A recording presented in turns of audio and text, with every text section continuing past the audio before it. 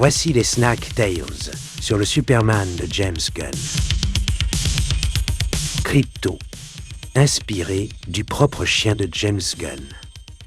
Même le caractère, un peu imprévisible et foufou de Krypto, vient du vrai chien de Gunn. À force de catastrophes, comprenant la destruction de son ordinateur, Gunn s'est pris à imaginer ce qui se passerait si ce chien héritait soudain de super-pouvoirs. Résultat, Krypto venait de naître dans son esprit. Lors d'une projection test, des spectateurs se sont plaints. Pourquoi il perd du temps à sauver un écureuil? James Gunn a failli couper la scène. Mais il a finalement décidé de la garder parce que, pour lui, Superman, c'est justement ça. Sauver tout le monde, même les petites bêtes. James Gunn expliquait avec humour que, parmi ses objectifs avec Superman, il y en avait un assez inattendu. Faire en sorte que le film ne dure pas une éternité. Pas question de pondre un marathon de 3 heures, ni de faire finir les spectateurs au beau milieu de la nuit. Lui, il visait un métrage de 2 heures. La raison? Toute simple, presque terre à terre. Permettre aux parents de profiter du film sans avoir à se ruiner en frais de babysitter. En somme, son Superman devait rester populaire au sens le plus noble du terme. Mais, derrière ce trait d'humour, Gunn a glissé une confidence lourde de sens. Il n'avait jamais travaillé aussi dur de toute sa carrière que sur ce projet. Pas que les films précédents avaient été des promenades de santé, mais là, c'était Superman, le symbole ultime, l'icône des icônes. Porter ce poids-là demandait autre chose, de l'endurance créative, une rigueur presque obsessionnelle et une énergie de tous les instants.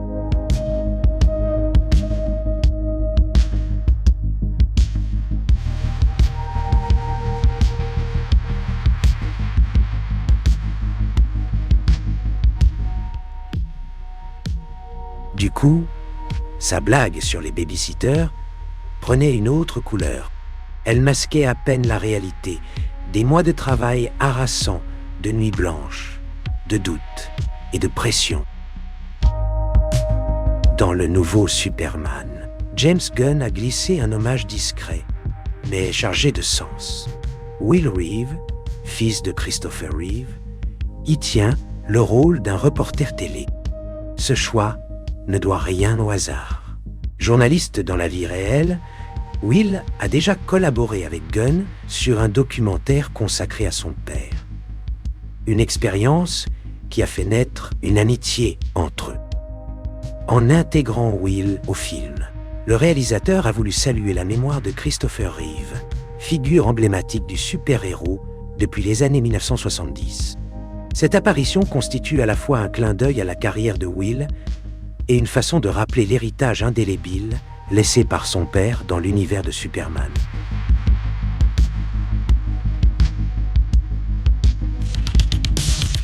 Recréer le vol n'avait rien d'un simple effet de plateau.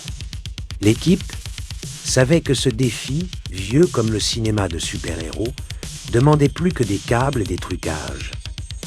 Il fallait donner aux spectateurs la sensation d'un corps qui défie réellement la gravité. Pour atteindre ce réalisme, les créateurs se sont tournés vers le ciel. Ils ont observé les avions de chasse, leur trajectoire vertigineuse, le grondement de la vitesse, la violence de l'air qui colle et tord le corps. De ces images est née la ligne directrice. Si Superman devait voler, ce serait avec la brutalité du réel. David Corenswet, dans son costume, ne portait pas seulement l'icône, mais une véritable armure de harnais et de câbles sophistiqués. Chaque mouvement était accompagné, dirigé, retenu par la mécanique invisible. Là où beaucoup se seraient sentis prisonniers, lui parvint à transformer cette contrainte en fluidité.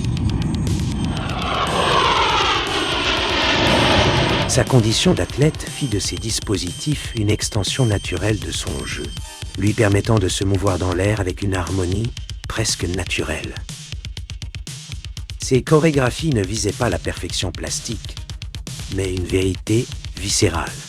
Il fallait que l'image évoque non pas un trucage, mais la sensation brute du vol. Ce choix marquait une rupture avec les incarnations passées du mythe. Dans les films d'autrefois, le héros fendait l'air à vitesse supersonique. Mais son corps semblait immobile, ses cheveux parfaitement sages. Ici, au contraire, la tempête devait se lire dans chaque détail. La chevelure emportée, la silhouette malmenée par la vitesse, comme arrachée au monde. Au cœur de ce travail planait une question, presque une obsession. Qu'éprouverait un être humain s'il lui était donné de voler? La réponse s'inscrivait dans l'image. Plus qu'un super-héros, on découvrait une expérience sensorielle. Le vol cessait d'être un symbole. Il devenait une évidence physique, une vérité que l'on pouvait croire. This is incredible! Flying with my best friend!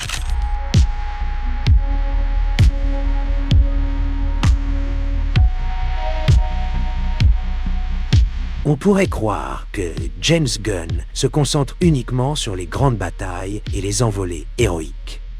Pourtant, même la question la plus terre-à-terre, au sens propre, a trouvé sa place dans Superman 2025.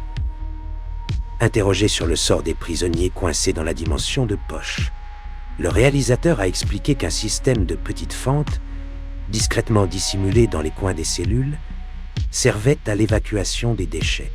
Pas glamour, mais efficace.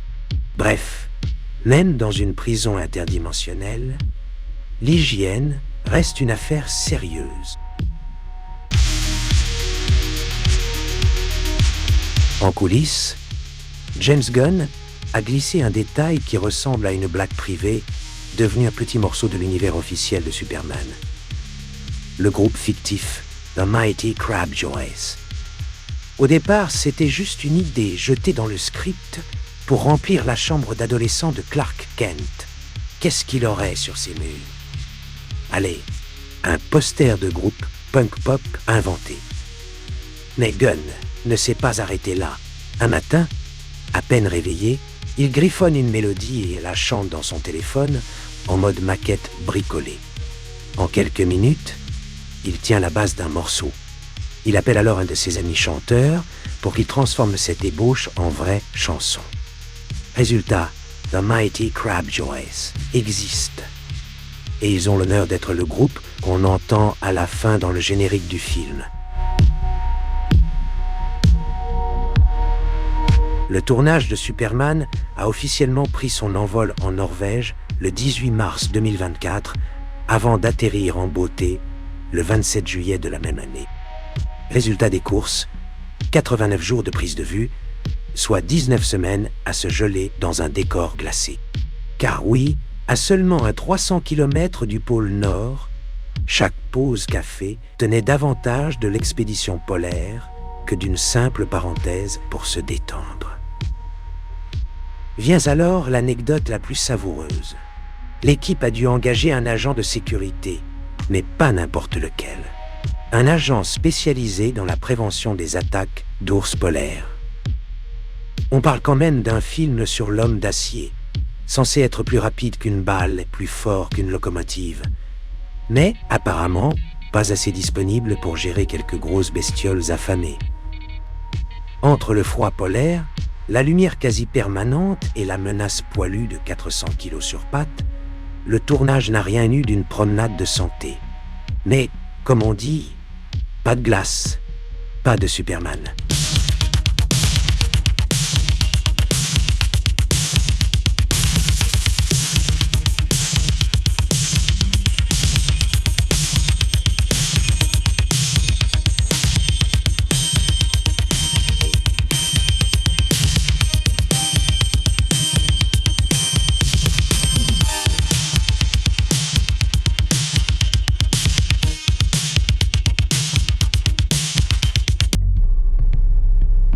je vous invite à me rejoindre et à me soutenir.